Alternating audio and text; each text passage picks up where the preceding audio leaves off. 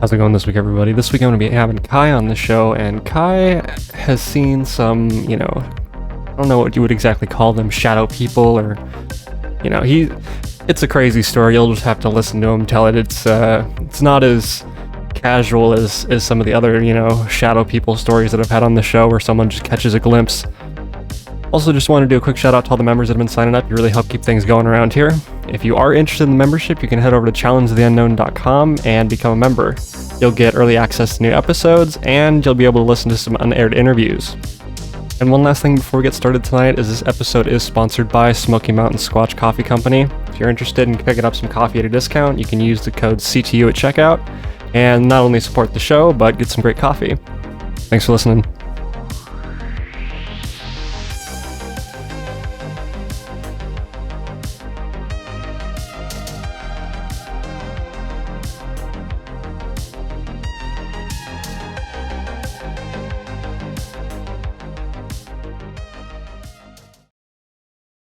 Why don't you just go ahead and start from the beginning? You tell me exactly what you saw. Okay. I'm pretty sure this is the first thing that happened to me paranormal-wise at my stepfather's house. My step-grandfather's, I'm sorry.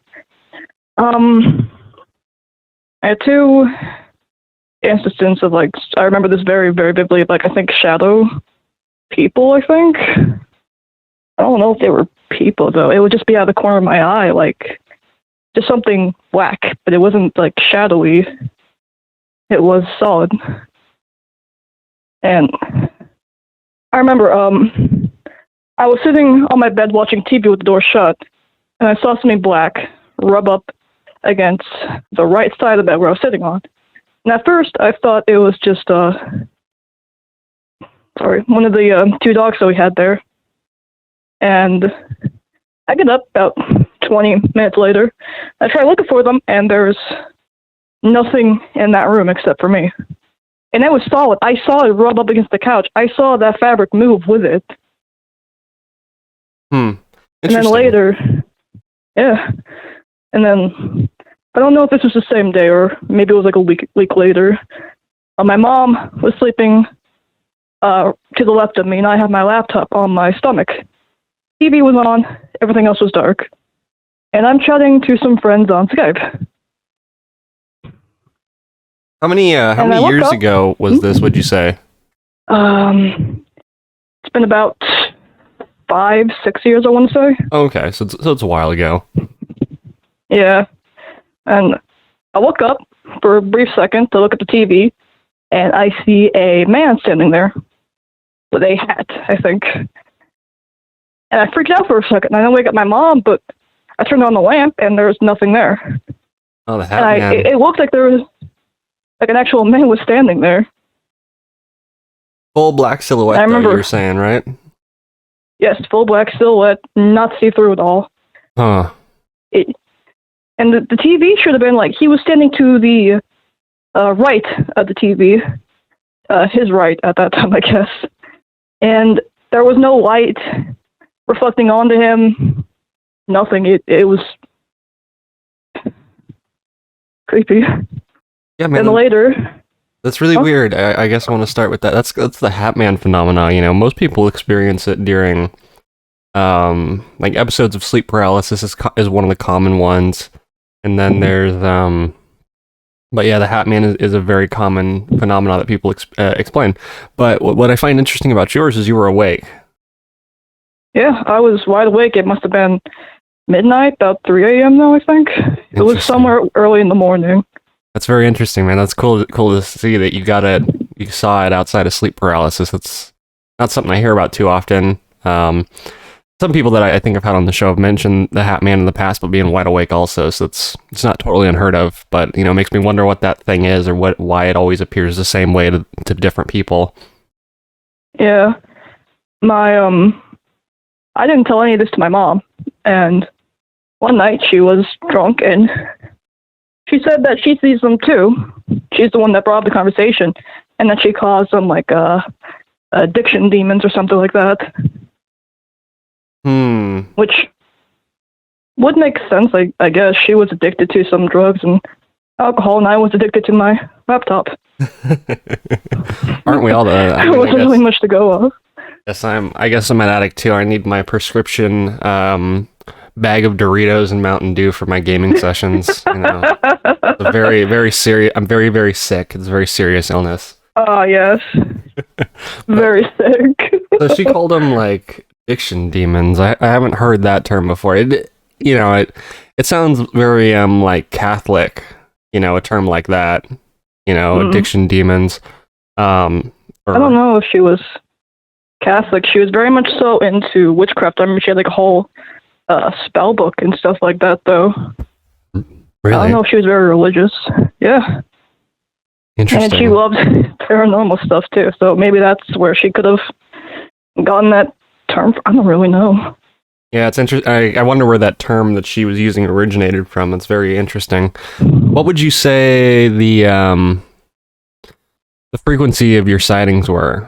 Because you said that you had these like what are we at now? 3 different sightings of this thing. One of them was the Hat Man, and then but the other 2 were like shadows, which I guess they're all kind of the same thing. I saw them pretty much, if not every day, every other day. They were very frequent. Makes me wonder what your mom was playing with. You know, the witchcraft stuff is very dark, and you know I've seen a lot of people play with that kind of stuff, and it's definitely not that good. I've also talked to people that are like that practice it, and they say that you know there's good and bad, and but it makes me wonder if you don't know what you're doing, you could be playing with stuff that's really not that good. So you know, tell me about the spell book a little more. Did you ever see it? Tell you about the what again? The spell book, man. Did you ever see that thing that your mom had? The spell book? Yeah, the spell book or the witchcraft book that she kept around. Oh. She brought it out to me just to show it to me. There was quite a few things in there. It looked like it was old. I remember we tried to do a spell one time because one of my Charles's friend's father was, not his father, his grandfather was dying, and she wanted to try to save him. She wasn't into anything, I hope she wasn't anything bad. I pretty much spent all my time with her, and she always said, don't do Ouija board stuff, don't do anything weird like that. Yeah, the Ouija board thing is always interesting to me, man. You know, a lot of people say, like, they've had, like, weird experiences with Ouija boards, and that it invites somebody in. So, you know, I don't know if there's much to that, you know, but it's definitely interesting, you know, and it's really interesting to hear about these shadow people, man. So I want to ask you this. What do you think these things are? I think my mom was kind of right, that they are kind of like addiction demons that was like being fueled on by a bunch of negative stuff that happened there. Because I lived there for 3 years, and it was not a happy place to be. There was a lot of arguing daily. Like I said, mom was on like drugs and alcohol. You looked at the mattress, there was like vodka bottles packed to the brim, just stuck under there.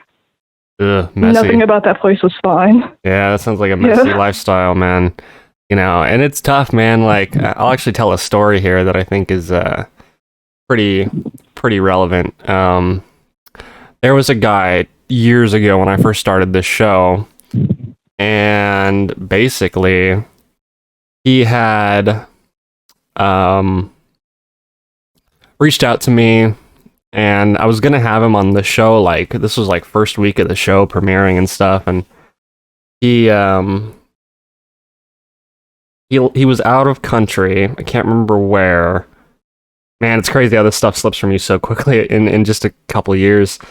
But he was telling me that he had some family, and he had invited, or his father had started seeing this new girl who was into some crazy witchcraft shit, and was like just a psycho bitch. And like a bunch of fucking crazy stuff started happening, you know, and then eventually like they find like a bunch of witchcraft shit in one of her like closets or something like that, and that it's like all fucked up, like voodoo dolls and all that kind of shit. Yeah, and then like, man, a bunch of like behavioral changes were witnessed in their dad, and like, you know, so it always makes me think back to that story whenever I hear about like witchcraft and behavior, and as you were saying, addiction demons. It's like, what are they really playing with there, and how much influence does it truly have? And based on like, I guess I'll ask you this: did you ever notice behavioral shifts in her? Outside of the unfortunate reality. Mm-hmm. Yeah. Now, I don't know if this was her being influenced or not, but there was a lot of behavioral shifts. One time, I remember I was sleeping on the couch, which is like away from it's like on the other side of the house, and she came in, and I guess, I don't remember what was going on with her. She was acting very out of it. I guess we were like wrestling, but I wanted to be away from her because like I was always mad at her for being stuck there. And so I kind of slapped her in the face a little bit. And she slapped me in the eye, and I went upstairs, hid in one of the spare rooms. And later, Mom came up there. She starts yelling at my grandparents.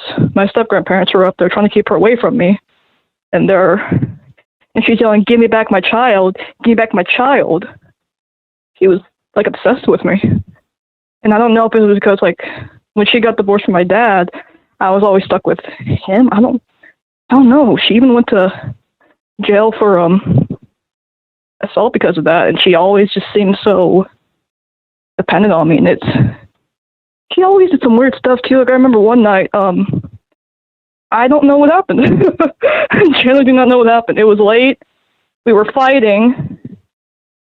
Something to do with like something to do with a paper towel.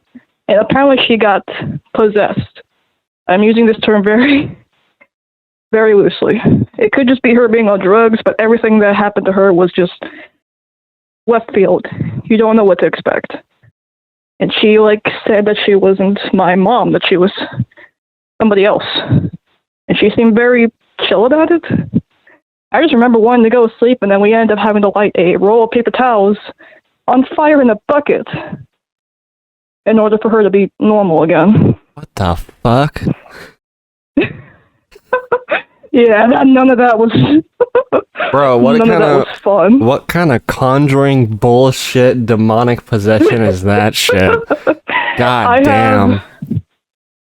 No idea. I remember the first night I was there, one of the first nights I was there, she was laying down, she was sitting on the bathroom floor, and she was like, "Hey, go get me a sandwich." And I'm like, "Yeah, sure." Went upstairs, talked to step-grandpa, and I'm like, "Oh, she just wants a sandwich." Went down there, and then, like, I don't know what happened. She's hugging on to me, and she's saying that there's, like, spirits around us and that they want me. And she's hugging on to me. She's like, "No, you can't take them. You can't take them." And we were in that bathroom about 2 hours, and I'm sitting there like, what did I get into? Hell? Man, dude. Well, here's my trade-off is like, she could have just been high as fuck, Yeah. But at the same time, there's a lot of that weird comments there that's very unusual, and I always take mental health very seriously, on the show, and I've expressed that in the past that, it's no joke. But, when you start getting into the weird witchcraft stuff, you have to ask the question, are there things that are playing a role or influencing things, That reminds me of something. This is something that I mentioned in my post before on Reddit. Alabaster. Yeah, what do you mean by that? Sounds familiar. I remember.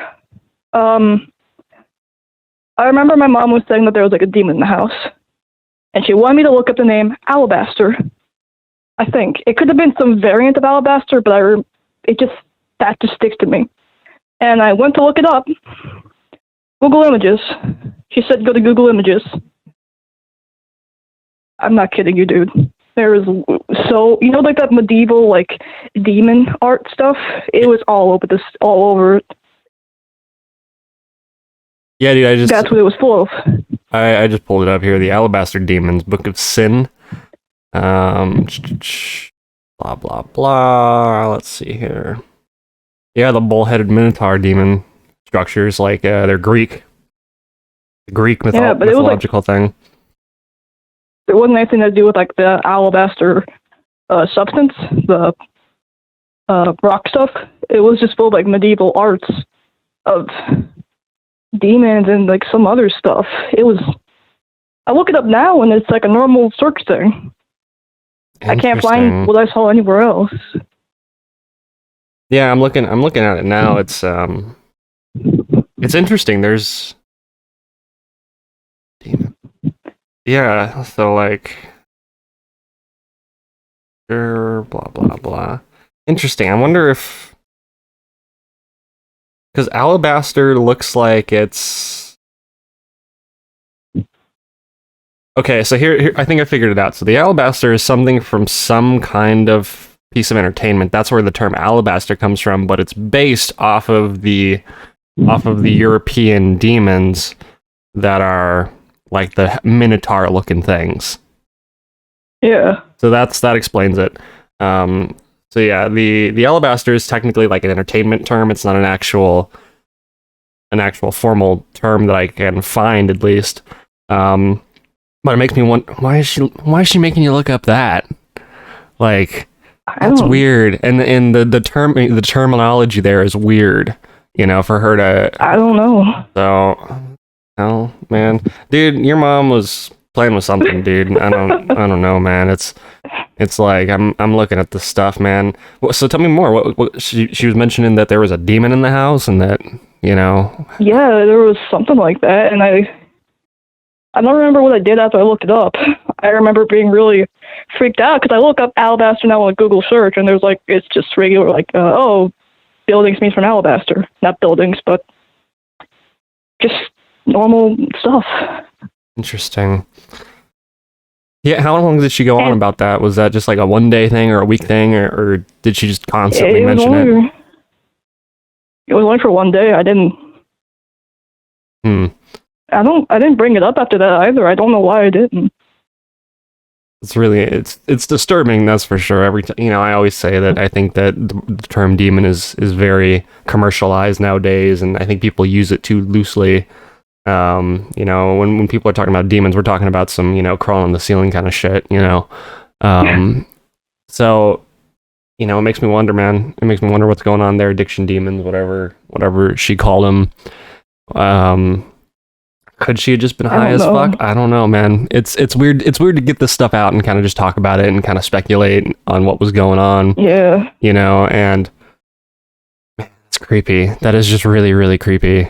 To just hear that and hear your story and it's tragic, man. Like, I always say life can either be tragic or hell. It's there's no other way around that, Yeah. So it's like, I guess one of the big pieces of advice I want to give you here is, life's gonna be tragic no matter what you do.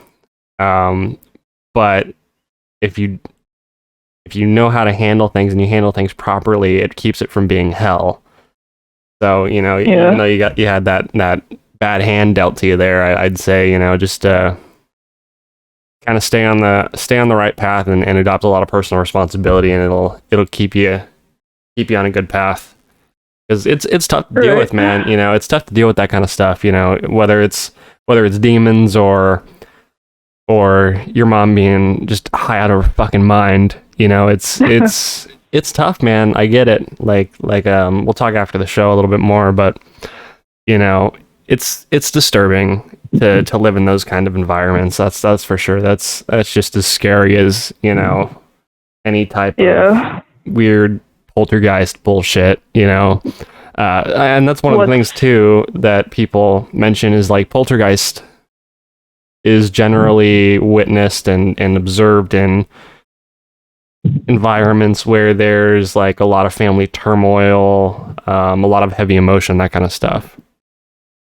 I don't think I've ever seen anything like that before, no. But what's weird is like after I moved away, after my mom passed, I haven't seen nothing like that since. Nothing at all. That's really interesting. Like sometimes if I'm like sleep deprived, I'll see it, but because I'm like sleep deprived, that's about it, though. Right. You know, and that's the thing too, man. So you're familiar with the term poltergeist, right? Yeah, it's a ghost that likes to throw things. Yeah. Right? You never saw anything get thrown, did you? No. No. Nothing like that. No. Interesting. It's weird though, man. I wish I had more answers for you. You know, it's disturbing all the way through. You know, you have that book. Whatever happened to that book? I think it's still over at the house. I can ask my step grandpa about it though. He could probably go looking for it. I don't know where she put it.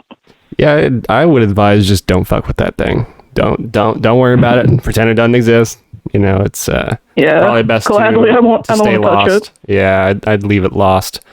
But yeah, man, we're getting to the end of our time slot here. Is there anything else you want to chat about? Well, I guess I just want to, I don't know. Something that's kind of on my mind, though, is just that, like, I don't know, I just have this feeling that, like, something happened to her. You think so? Well, obviously something happened to her. Well, right, but, like, you think something influenced like her? There's a lot of question marks there, man. I get it. There's a lot of what's going on, man. It's weird because like every time I think of Alabaster, I just get this feeling that's like he did something. I don't even know why it's a he, but I don't know. Yeah, man. I started calling.